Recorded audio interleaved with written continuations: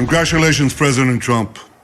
Your bold decision to target Iran's nuclear facilities with the awesome and righteous might of the United States will change history. In Operation Rising Lion, Israel has done truly amazing things. But in tonight's action against Iran's nuclear facilities, America has been truly unsurpassed. It has done what no other country on earth could do. History will record that President Trump acted to deny the world's most dangerous regime the world's most dangerous weapons. His leadership today has created a pivot of history that can help lead the Middle East and beyond to a future of prosperity and peace. President Trump and I often say, peace through strength. First comes strength, then comes peace.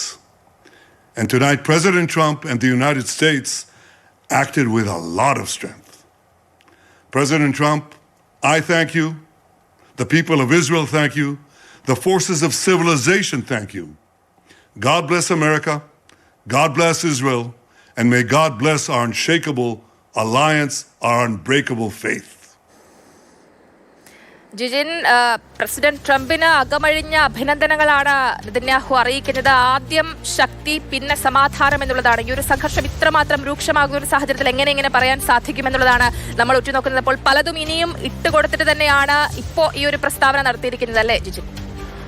Jayalakshmi, Benjamin Netanyahu അവസാനം പറഞ്ഞ വാക്കുകളുണ്ട്. ദൈവം അമേരിക്കയെ രക്ഷിക്കട്ടെ, ദൈവം ഇസ്രായേലിനെ രക്ഷിക്കട്ടെ. പക്ഷേ ഇറാനെ ആര് രക്ഷിക്കുമെന്ന ചോദ്യമാണ് അവശേഷിക്കുന്നത്. ട്രംപിന് എല്ലാ വാക്കുകളും കൊണ്ട്, തനിക്ക് ഉപയോഗിക്കാൻ കഴിയുന്ന എല്ലാ വാക്കുകളും കൊണ്ട് അഭിനന്ദിക്കുകയാണ് ബെഞ്ചമിൻ നെതന്യാഹു. ട്രംപിന്റെ ശക്തിയാണ് ലോകം കണ്ടത്, അമേരിക്കയുടെ ശക്തിയാണ് ലോകം കണ്ടതെന്ന് ബെഞ്ചമിൻ നെതന്യാഹു പറയുന്നു. വലിയ ഒരു കാത്തിരിപ്പ് ബെഞ്ചമിൻ നെതന്യാഹു എന്തിനു വേണ്ടി കാത്തിരുന്നു, അത് ഇപ്പോൾ അമേരിക്ക സബലീകരിച്ചിരിക്കുന്നു. അത് അമേരിക്കയുടെ B-2 വിമാനങ്ങൾ തന്നെ ഈ യുദ്ധത്തിന് വേണ്ടി ഇറക്കി കൊടുക്കുക എന്ന് പറയുന്നത് ചെറിയ കാര്യമല്ല. B-2 വിമാനങ്ങൾ, യുദ്ധ ബോംബറുകൾ, അത്രയും അപകടകാരിയായ, അത്രയും വിനാശമുണ്ടാക്കാൻ കഴിയുന്ന യുദ്ധവിമാനങ്ങളാണ്. ആ യുദ്ധവിമാനങ്ങൾ തന്നെ അയച്ചുകൊണ്ട് ഒരു പിന്തുണ, അടിയുറച്ചുള്ള പിന്തുണ, ഏറ്റവും ശക്തമായ ഒരു പിന്തുണ അമേരിക്കയുടെ ഭാഗത്തുനിന്ന് ഉണ്ടാകുന്നു.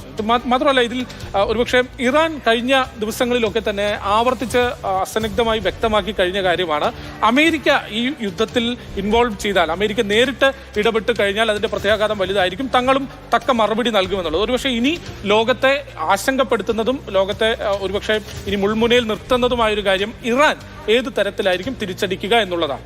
അതായത് അശ്വത്, ഈ ഇറാൻ അടുത്തുള്ള രാജ്യങ്ങൾ, ഇറാഖ് അടക്കമുള്ള മിഡിൽ ഈസ്റ്റിലെ പല രാജ്യങ്ങളിലും അമേരിക്കയ്ക്ക് സൈനിക താവളങ്ങളുണ്ട്. ആ സൈനിക താവളങ്ങളിലേക്ക് ഇറാന്റെ ഭാഗത്തു നിന്ന് ഒരു ആക്രമണം ഉണ്ടാകുമെന്നുള്ള ആശങ്ക അമേരിക്കയ്ക്കുണ്ടായിരുന്നു. മിഡിൽ ഈസ്റ്റിൽ നിന്നുള്ള പരമാവധി സൈനികരെ ഒഴിപ്പിക്കാനുള്ള നടപടികൾ അമേരിക്ക നടത്തി. എന്നാലും ചിലയിടങ്ങളിൽ ഇപ്പോഴും ഖത്തറിൽ, ഒമാനിൽ, UAE-യിൽ, ഇറാഖിൽ, ഈ അതിർത്തി പങ്കുവെക്കുന്ന ഒട്ടുമിക്ക രാജ്യങ്ങളിലുണ്ട്. അതെ, ഇറാന് പിന്തുണയ്ക്കുന്ന പല രാജ്യങ്ങളും, ചൈനയും റഷ്യയും തുർക്കിയും അടക്കമുള്ള രാജ്യങ്ങൾ എന്ത് നിലപാടെടുക്കുമെന്നുള്ള ആശങ്കകൾ ബാക്കിയുണ്ട്. അവർ ഈ അമേരിക്കക്കെതിരായ ഒരു നിലപാട് സ്വീകരിക്കുമെന്നുള്ള കാര്യത്തിൽ സംശയമൊന്നുമില്ല. റഷ്യ എല്ലാ കാലത്തും പറഞ്ഞു കഴിഞ്ഞു. കഴിഞ്ഞ ദിവസങ്ങളിൽ തന്നെ റഷ്യയുടെ ഒരു പ്രതികരണം, പുടിന്റെ ഒരു പ്രതികരണം വന്നു കഴിഞ്ഞു.